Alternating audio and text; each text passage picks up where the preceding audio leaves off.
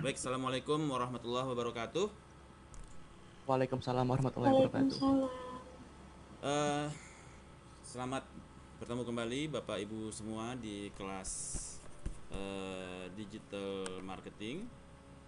Pada malam ini kita sudah masuk di tahun yang baru, tahun 2021. Selamat tahun baru, semoga apa-apa yang dicita-citakan dapat semua resolusi Anda di tahun lalu tercapai dan resolusi di tahun 2021 segera juga terlaksana. Baik, hari ini kita akan Amin. masuk ke chapter ke-6 pembelajaran terkait topik yaitu designing digital experience. Oke, so sebagaimana yang kita sudah lakukan di tugas sebelumnya, yaitu kita membuat clustering ya. Jadi di dalam clustering tersebut kita sudah mengetahui apa yang menjadi profile dari masing-masing cluster, apakah mereka secara place ingin cenderung kepada websites atau cenderung kepada Instagram atau cenderung kepada Facebook yang menjadi preference mereka terhadap value proposition yang ingin ditawarkan kepada mereka. Jadi mereka lebih cenderung kemana ya. Nah, jadi ketika di early days dari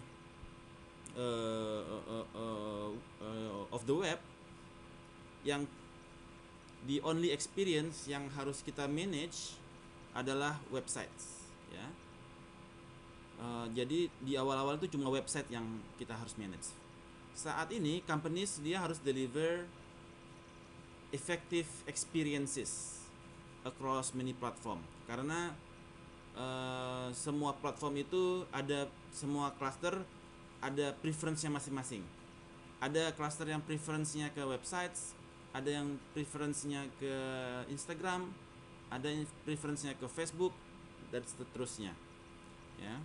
Ada yang ngeceknya di website tapi belanjanya di marketplace, ada yang ngeceknya secara marketplace belanjanya malah di websites ya. Ada yang ngeceknya di awarenessnya dia dapatkan di TikTok, belanjanya di marketplace. Jadi semua platform memiliki kelompok peminatnya masing-masing. Nah, so from websites juga ada sekarang sudah ada mobile apps ya. Jadi per company juga harus bisa memanage secara efisien, baik yang juga menggunakan secara mobile apps. Nah, so bagaimana cara kita mendesain digital experience kepada mereka ya? Bagaimana kita persuade experience yang juga bisa membuat mereka really engage kepada message dan konten yang kita berikan, dan mereka stay di dalam website yang kita miliki. So topik yang kita akan bahas akan terkait dari mulai introduction, apa yang menjadi main objective dari digital experience, kemudian bagaimana kita membuat integrated design. Tolong noise, siapa nih? Bagaimana kita membuat integrated design untuk men-ensure digital experience itu betul-betul integrated dengan bisnis. Kemudian bagaimana kita memastikan bahwasanya online value proposition yang kita tetapkan itu dijahit di dalam website tersebut atau dijahit di dalam digital experience tersebut. Kemudian apa yang menjadi customer orientation dari customer ya. Jadi bagaimana kita mengetahui bahwasanya digital experience yang kita buat itu betul-betul memenuhi apa yang menjadi needs and wants dari customer. Kemudian bagaimana kita membuat desain dan personalization terkait digital experience tersebut, ya. Seperti misalkan Anda mentarget cluster A. Cluster A ini dia cenderung sukanya dia warna biru. So you design your websites bluish, ya. So kemudian cluster tersebut dia cenderung millennials. Dia tidak suka berpanjang-panjang, ya. Jadi Anda kontennya lebih sedikit konten textingnya lebih sedikit. So bagaimana kita mendesain itu? Kemudian estetikanya, page design seperti apa? Bagaimana Anda membuat konten strategi, navigasi, interaction, dan mobile site design. So this is more about the UX, customer experience. So let's start it. So introduction to site design, ya. So site design merupakan kombinasi dari function, content, form, organization, dan interaction, ya. Di sini kita bicara mengenai accessibility, ya. Bagaimana Anda mengakses kepada site tersebut, ya. Apakah menggunakan web browser atau menggunakan device yang lain, ya. Kemudian apa saja menjadi device yang Anda gunakan? Apakah menggunakan laptop, menggunakan handphone, ya, atau menggunakan PC? Bagaimana Anda mengakses, ya? Kenapa ini penting? Ya, karena itu akan terkait dengan IP address, ya. Bagaimana Anda merecognize Pak Kamal sudah berkunjung nih ke website saya. Jadi ada dia menggunakan device apa nih? Ada IP address di sana. Jadi handphone IP-nya beda lagi dengan laptop, beda lagi dengan PC, ya. Bagaimana Anda recognize customer? Kemudian user centered design, ya. Bagaimana Anda mendesain websites, ya, itu harus sesuai dengan needs mereka. Jadi kalau misalkan Anda di dalam stage pertama Anda melakukan clustering untuk mendapatkan persona A, persona B, persona C itu memiliki needs yang berbeda-beda. Bagaimana Anda menetapkan siapa yang menjadi target persona Anda? Ketika Anda sudah mendapatkan target persona Anda mendesain websitenya tersebut sesuai dengan needs and wants dari si persona. Jadi user centered design. Jadi Anda harus setelah Anda tetapkan personanya, Anda deep dive lagi, focus group discussion, ya. Seperti apa mereka maunya, ya, layoutnya mau seperti apa. Kalau seperti ini mereka suka nggak? Seperti ini mereka nggak suka apa tidak, ya. Kalau dikasih warna seperti ini mereka suka nggak? So you need to meet those personas needs. Kemudian information architecture, ya, and usability. Bagaimana Anda membuat label dari semua konten-konten Anda, ya. Bagaimana arsitekturnya, ya, mendesain. Kemudian search engine optimization. Bagaimana Anda menentukan apakah konten yang Anda buat itu sesuai dengan persona tersebut, ya, sesuai dengan needs and wants persona tersebut. Misalkan mereka needs and wants-nya terkait otomotif, ya. Apakah kalau mereka tertariknya otomotif person gitu, ya, artinya dia suka website untuk search engine optimizer-nya itu dia untuk misalkan otomotif. Jadi dia untuk search engine-nya itu mereka typingnya untuk otomotif. Atau mereka sukanya food and groceries, atau mereka sukanya apa gitu, ya. Jadi Anda harus membuat konten yang sesuai dengan needs and wants mereka, sehingga ketika mereka melakukan search terhadap produk ataupun jasa ataupun label yang mereka kejar, itu dapat segera mengacu ke website Anda. Jadi Anda sudah menerapkan, ada yang menjadi top 10 atau top 20 dari keywords yang harus ada di dalam website Anda. Ini kita sudah bahas kemarin, ya. yang menggunakan Uber Suggest ya. Udah saya terangkan belum yang Uber Suggest? Sudah Pak, Oke, yang good. kita ngecek itu kan kata ya Pak, keyword ya. Untuk keywords ya. Kemudian web standards ya. Jadi kita harus comply dengan W3 ORG ya. Jadi menggunakan HTML, PHP dan seterusnya ya. Kemudian persuasion to deliver. Ya, ini seterusnya. Ini akan banyak sekali ya. Digital analytics. Bagaimana Anda dari semua transaksi yang ada di website Anda, datanya Anda dapatkan, kemudian Anda bisa mempelajari apa yang menjadi behavior dari Pak Kamal. Biasanya Pak Kamal habis lihat landing page A, di landing page B, di landing page C, dia kembali lagi landing page A. Oh, Pak Kamal biasanya mengakses ke website itu jam 10 malam sampai jam 12 malam. Jadi Anda digital analytics ya. Jadi kita bisa melihat seperti apa sih profil dari persona yang Anda kejar itu. Nah, mereka rata-rata di jam berapa itu mereka akses ke internet, waktu senggangnya mereka untuk berselancar di internet ya. Kemudian mereka biasanya ke website mana dulu sih? Mereka biasanya ke YouTube dulu. Jadi kebiasaannya kelihatan mereka habiskan waktu banyak di video, apa di foto atau di mana gitu ya. Jadi itu bagaimana Anda melakukan digital design, digital analytics kepada profiling dari Pak Amru seperti apa ya. Kemudian legal requirement, jadi harus compliance dengan law. Halo? Ya, kedengaran suara saya? Oh iya. Oke. Iya, baru nyambung lagi Pak. Oke. Kemudian Pak, terputus Pak. suara saya putus. Sekarang udah kedengaran? Sudah Pak. Oke. So Sudah Pak. Oke. So that are the kemudian yang berikut adalah digital marketing planning and improvement process. Bagaimana kita berintegrasi dengan other channels ya.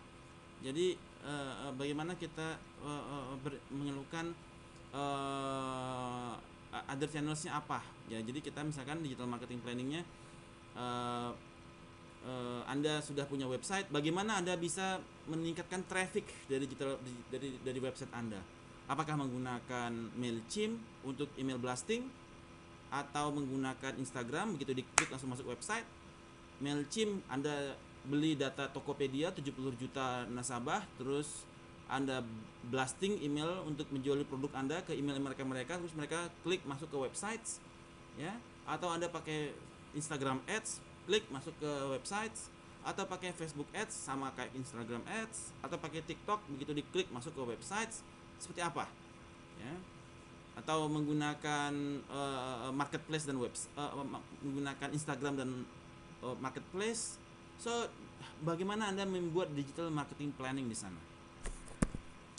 Kemudian customer ini macam-macam ya.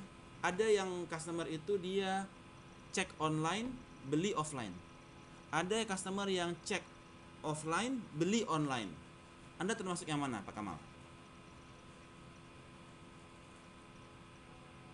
Terdengar suara saya?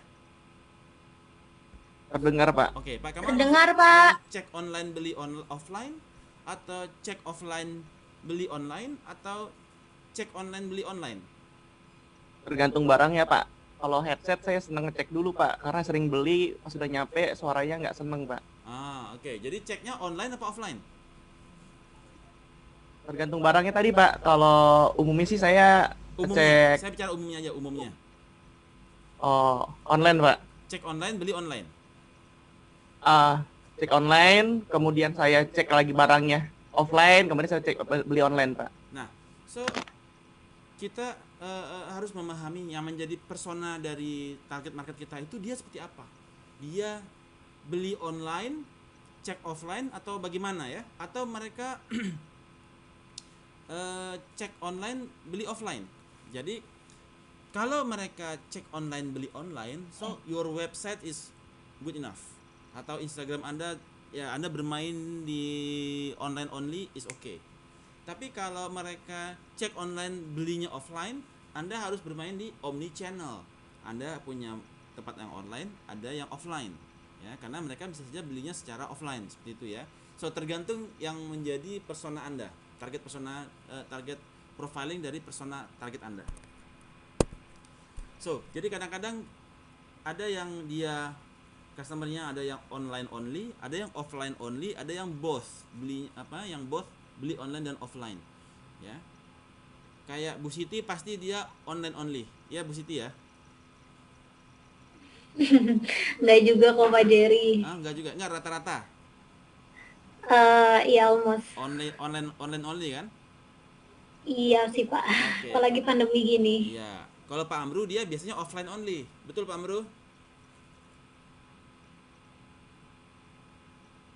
Pak Amru, suara saya kedengeran nggak? Lagi mute beliau. Iya Pak, offline yang lebih suka saya Pak. Iya, saya udah tahu. Memang Pak Amru pasti Sesuai dengan offline. usia Pak. Sesuai usia ya. Sesuai dengan usia.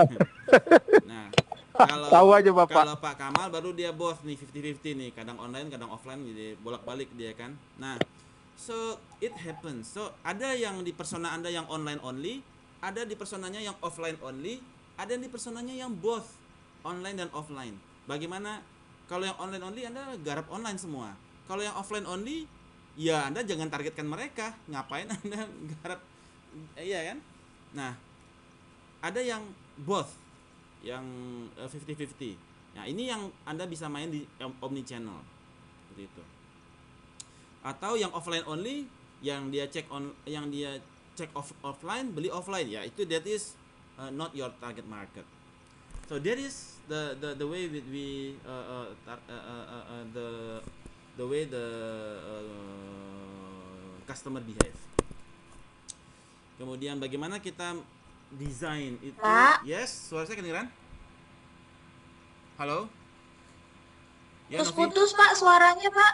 Putus-putus. Freeze Pak. Oke, ntar kalau putus. Sekarang udah kedengeran? Sekarang sudah Udah terdengar? Pak. Oke, good. Kemudian saya agak cepat aja ya, karena kita bakalan maju presentasi ya. Kemudian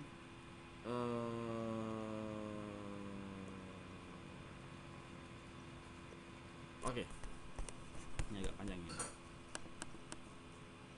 Di dalam mendesain customer experience, yang pertama-tama kita harus lakukan yaitu menentukan apa yang menjadi value dari customer. Ya, you've done that before on the clustering. Value-nya apa? Ya, mereka online only atau both online offline atau dia offline only. Kemudian mereka sukanya website, Instagram, Facebook, atau di mana mereka bertransaksi? Mereka bertransaksi di mana? Di marketplace, di Instagram, di websites, atau di mana nih yang menjadi preference mereka untuk mendapatkan informasi, ya? Kemudian secara produk seperti apa produk yang mereka sukai? Kemudian merchant yang mana nih? Jadi Anda harus tahu apa yang menjadi values dari customer. Bagaimana Anda tahu? Berdasarkan discovery-nya berdasarkan persona. Kemarin kita sudah project kita di persona sudah selesai ya. Setelah persona dapat, Anda bisa go to pada focus group discussion. Kemudian Anda bisa dapetin storytellingnya mereka seperti apa, ya, storytellingnya si working woman, family man, dan lain sebagainya, ya. Dan kemudian ini adalah dari sisi discovery-nya, oke. Web analytics-nya seperti apa? Jadi web analytics mereka di si persona tersebut seperti apa mereka transaksinya? Mereka setelah beli A, beli B, beli C. Mereka setelah melihat website A, masuk ke website B, masuk ke website C. Bagaimana mereka prosesnya mereka sehingga dia enak di Anda punya website, ya. Setelah Anda dapatkan research terhadap mereka, baru kita desain sesuai dengan persona mereka, ya. Apa yang mereka set untuk bagaimana user journey di dalam desain itu. Anda bisa melihat, oh, setelah mereka dari Google search, mereka langsung ke website Anda. Oh, ternyata yang paling tebal yang mana? Setelah mereka pakai search engine, langsung masuk ke website. Oke. Kalau gitu Anda harus membuat search engine optimizer. Jadi semua kata-kata yang ada di website Anda itu mana kata-kata yang headingsnya yang harus Anda bikin, label apa yang harus Anda buat supaya sesuai dengan yang menjadi keyword yang biasa mereka tuliskan. Anda mendesainnya, ya. Karena mereka cenderung setelah Google langsung ke website. Tapi ada juga yang dia setelah dia kalau dia misalkan kayak co-branding, dari setelah Traveloka dia baru masuk ke BCA gitu ya. Jadi ditawarin di Traveloka gitu. Jadi misalkan mereka atau Anda produk Anda itu banyak kerjasama dengan Uniqlo gitu ya. Setelah Uniqlo baru masuk ke produk tersebut. Nah, jadi bagaimana Anda mendesain customer journey-nya ya berdasarkan web analytics yang dilakukan kepada persona tersebut. Jadi Anda membuat desain dan website tersebut, kemudian baru membuat prototype kepada graphic design. Apa yang menjadi needs, apa menjadi preference mereka. Kalau mereka sukanya otomotif, oke, so Anda a little bit otomotif untuk mendesain layoutnya. Kalau mereka cenderungnya ke fashion, ya Anda agak fashionate sedikit dalam mendesain websitenya. Kemudian baru going kepada production, ya, bagaimana Anda testing, ya, usability evaluation, eye tracking, mobile user testing, bagaimana Anda kira-kira Anda kalau bertransaksi berapa menit waktu yang dibutuhkan, berapa lama, berapa klik sampai transaksi itu terjadi, dan seterusnya. Kemudian masuk kepada tracking, bagaimana Anda men-track, oh setelah bertransaksi ini, bertransaksi A, dia bertransaksi B, apabila B kemudian baru dia C. So there is a proses di dalam. Tolong, ada noise, ada pertanyaan? Tidak ada. Itu siapa yang noise? Tolong dibantu mute dong. Oke. Alright. So next is online value proposition, ya. Di dalam membuat customer user experience, membuat user experience yang baik, Anda perlu memiliki online value proposition yang jelas. That is different from your competitor. Anda pasti sudah tahu semua, kita udah bahas ini bolak-balik ya kemarin ya, waktu Anda membuat case persona ya. So make a difference to your customers' life. Apa menjadi value proposition Anda yang sesuai dengan needs and wants dari customer, ya.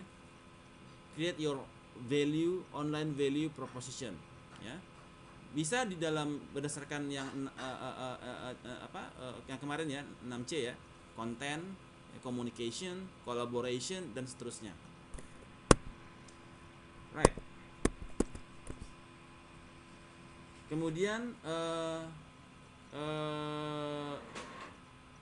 customer orientation, ya. Sekarang bagaimana Anda menentukan customer orientation ketika ada customer yang baru, dia cocoknya ke cluster yang mana, ya? Nah, itu bisa berdasarkan Euclidean distance. Yang kemarin kita sudah sempat bahas ya, menggunakan untuk melihat, oke, ternyata dari sisi clustering Pak Kamal ini dia cenderung ke persona yang mana sih, gitu ya? Orientation Pak Kamal ini ke yang mana? Karena datanya kemarin kan data history. Ketika tidak ada Pak Kamal di dalamnya. Ketika Pak Kamal masuk, Pak Kamal ini dia orientasinya kemana nih? Ke persona yang mana? Itu menggunakan Euclidean distance. Kemarin kita udah sempat bahas. Udah saya bahas belum Euclidean distance? Sudah Pak, Good. yang jarak antar titik itu ya Pak? Yep. Nah, berikutnya adalah bagaimana di dalam dynamic design dan personalization itu bagaimana kita membuat personalization di dalamnya. Nah, di dalam digital marketing ada yang kita sebut dengan email blasting. Itu menggunakan MailChimp, ya. Bisa menggunakan MailChimp, bisa menggunakan kirim.email dan lain sebagainya. Jadi kita membuat email, jadi kayak Anda beli data Tokopedia 70 juta. Anda beli datanya ya, 300.000 di dark web. Kemudian Anda buat email kepada ke 70 juta nasabah Tokopedia yang Anda kemarin bocor itu, Anda beli yang 300.000 itu. Anda punya website, Anda bikin websitenya, kemudian Anda buat email dengan bodinya adalah body website. Kemudian Anda tembak untuk mengatakan hi-nya itu say his name, Anda menggunakan data nama si nasabah Tokopedia. Hai Kamal, hai Gunawan, sebanyak 70 juta orang. Dan emailnya udah ada. Jadi Anda menggunakan first name-nya dia. Dan itu Anda desain di dalam body email. Hai nama pertama gitu ya. Bukan Hai Kamal, Hai nama pertama, dan dia terkonek dengan Excel yang ada kolomnya nama pertama. Kolom pertama itu labelnya adalah nama pertama. First name gitu ya. Dan itu Anda tembak ke semua data Tokopedia. Jadi Anda punya website menembak data ke seluruh nama Tokopedia untuk ketika mereka tertarik, mereka langsung bisa klik di body email langsung masuk ke website. So that is options for personalization. Say his name. Ya. Oke. Kemudian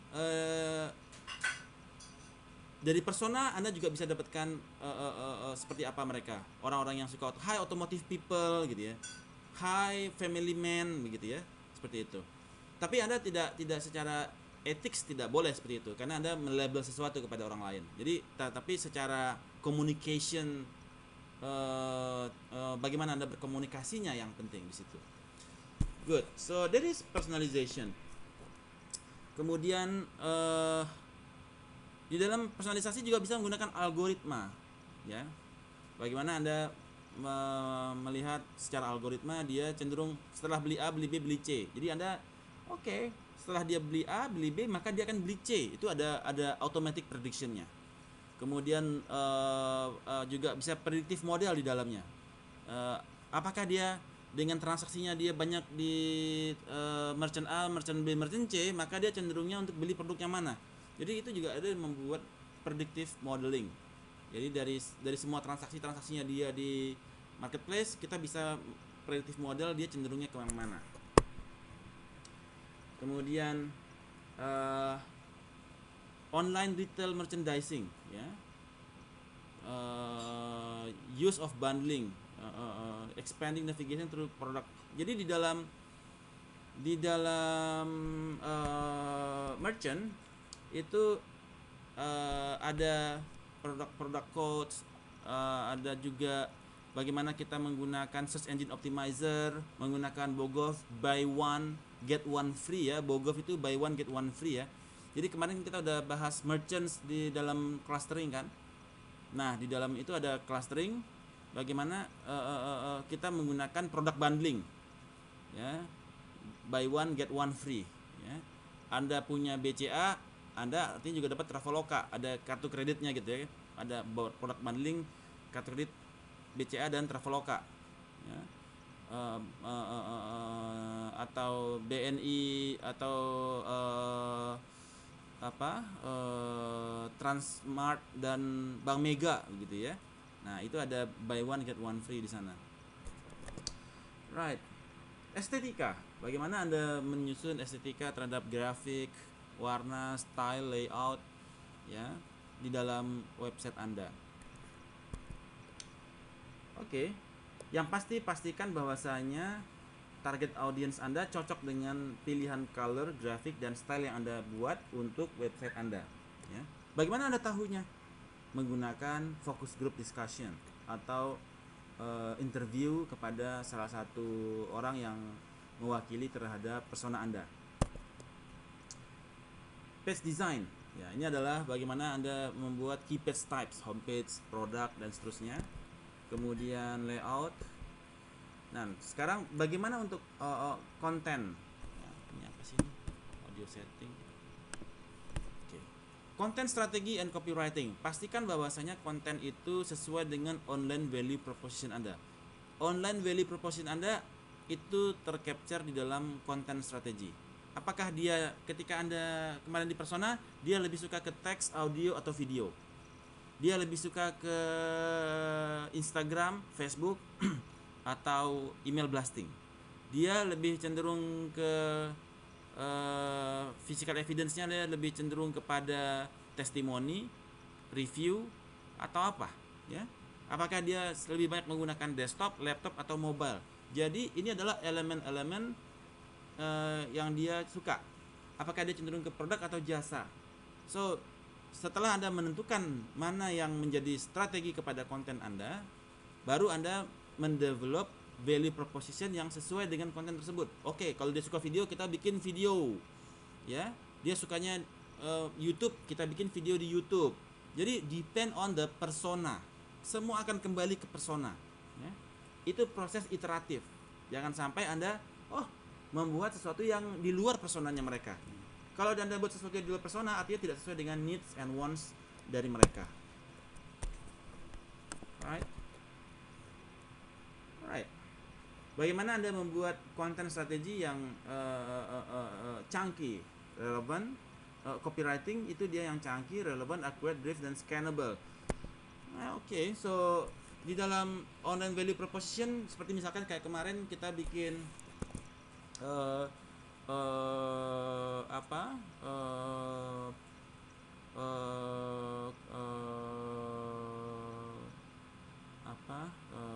combining antara BCA dan Traveloka misalkan.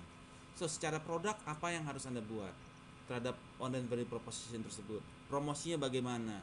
8P-nya bagaimana, ya? So bagaimana Anda mendesain value proposition tersebut? Nah, dan kontennya harus disesuaikan dengan apakah dia suka dengan video atau kemudian dia banyak dengan mobile dan lain seterusnya. So make sure that the content is accordingly with the so make sure your online value proposition delivered kontennya sesuai dengan preference dari persona dari target market Anda. Right. So I think that's all the topic that I want to discuss on today's class on digital designing digital experience. Sebelum kita mulai presentasi assignment, any questions terkait designing digital experience? Pak, Yes. tadi Pak untuk mengetahui tipikal customer kita, persona customer kita, bentuknya tadi ada FGD ya Pak? Ya. FGD, terus persona, sama tadi ya equidistant itu ya Pak? Equidistant distance. Ya, 3 itu aja. Enggak, ada banyak tadi. Ada focus group, persona. Kita pertama pasti bikin persona dulu, ya. Setelah persona, kita bisa going to focus group untuk lebih detail. Karena kita sudah kan dari persona tersebut dapatlah dari total seluruh customer ada 100, cluster A, persona A ada 10 orang. Dari 10 orang ini Anda undang 3-4 orang untuk focus group discussion. Lebih deep dive lagi. Mereka suka warna apa, websitenya seperti apa, layoutnya seperti apa, ya kan? Maunya pembayarannya lewat mana? Anda bisa menggali dari mereka. Pembayarannya maunya pakai OVO, mau pakai apa? Anda harus punya kartu kredit atau bagaimana profiling mereka secara lebih deep dive. Kalau persona kan kita terbatas data kita kan, data questionnaire, tapi kan data questionnaire, data transaksi dan lain-lain. Tapi kalau kita mau lebih deep dive, kita ke focus group. Setelah itu storytelling kan, bagaimana profiling mereka, kita bikin storytelling skenario-nya. Mereka dari storytelling, profiling mereka, kemudian skenario-nya mereka dari Google langsung masuk misalkan, atau dari mana, website mana yang berdasarkan persona dari web analytics. Dari web analytics itu kan kita dapetin, oh ternyata Pak Kamal itu dia transaksinya dia lebih suka malam hari, siang hari, pagi hari. Bagaimana kita tahu dari IP address-nya Pak Kamal? Ya, dari IP address-nya Pak Kamal ketahuan tuh semua transaksinya. Ya, dia sukanya berselancar di website apa, website C, website D, dan lain seterusnya. Profilnya seperti apa? So that is the discovery process Pak Kamal. Discovery process. Jawab? Discovery process. Ya. Ini pertanyaan saya agak lompat Pak. Ya. Ini saya bingung Pak untuk yang testing Pak. Untuk apa ya? Kita itu cara ngebuat alat apa ya? Cara ngebuat standarnya itu, cara ngebuat ukurannya atau parameternya itu bagaimana ya Pak? Oke, untuk testing. Iya Pak, cara ya bikin apa ya? Hipotesis mungkin ya Pak ya. Oke. Jadi secara kita ada testing ini adalah user acceptance test, UAT namanya. User acceptance test. Ketika Anda melakukan UAT, Anda lakukan ini UAT kepada si persona Anda. Oh, persona Anda bakal bilang, ya gimana Pak Kamal? Halo? Ya Pak, jadi apa UAT itu ya Pak ya? User Dari personanya acceptance test. Ya. User acceptance test. Ya. Jadi kalau misalkan untuk bertransaksi, wah mereka bilang ini kelamaan nih Pak. Kita pengennya cepet, persona mereka tuh pengennya cepet kan, tapi Anda membuat Iya. loadingnya lama nih. Wah ini loadingnya lama nih Pak. Wah artinya testingnya nggak bagus nih. Si persona ini, si kelompok persona ini mereka nggak cocok nih. Ini lama nih. Kita paling kalau kita ya 5-10 menit 5 menit itu udah paling lama harus udah transaksi Pak gitu kan. Nggak mungkin kita bisa 10 menit kayak begini. Ini kelamaan nih buat kita gitu. Karena si personanya mereka tuh orang busy ya, terlalu banyak butterfly gitu ya. Jadi dia tuh terlalu banyak buka website, jadinya dia pengen yang dia lebih menyukai speed ya. Speed memang menjadi mereka punya currency. Kalau dia lambat ditinggalin Pak. Jadi ada testing ke sana. Ya. Ya. Berarti bisa dibilang itu by respon dari user itu ya Pak. Kita bisa lihat dari perubahan dari user. Dari si persona kita, kelompok persona tersebut. Bukan si personanya persona Pak itu. Amru, tapi personanya si Pak Reski yang menjadi target market kita. Oh. Kalau Pak Amru dia Ya. sukanya yang misalkan sukanya yang agak lama, dia oke. Tapi kalau persona kita dia sukanya yang cepat, harus si persona tersebut yang sebaiknya ya, yang sebaiknya menjadi tester. Baik Pak, paham Pak. Oke. Terima kasih Pak. Good. Any other questions? Gak ada? Good. Baik. Alright.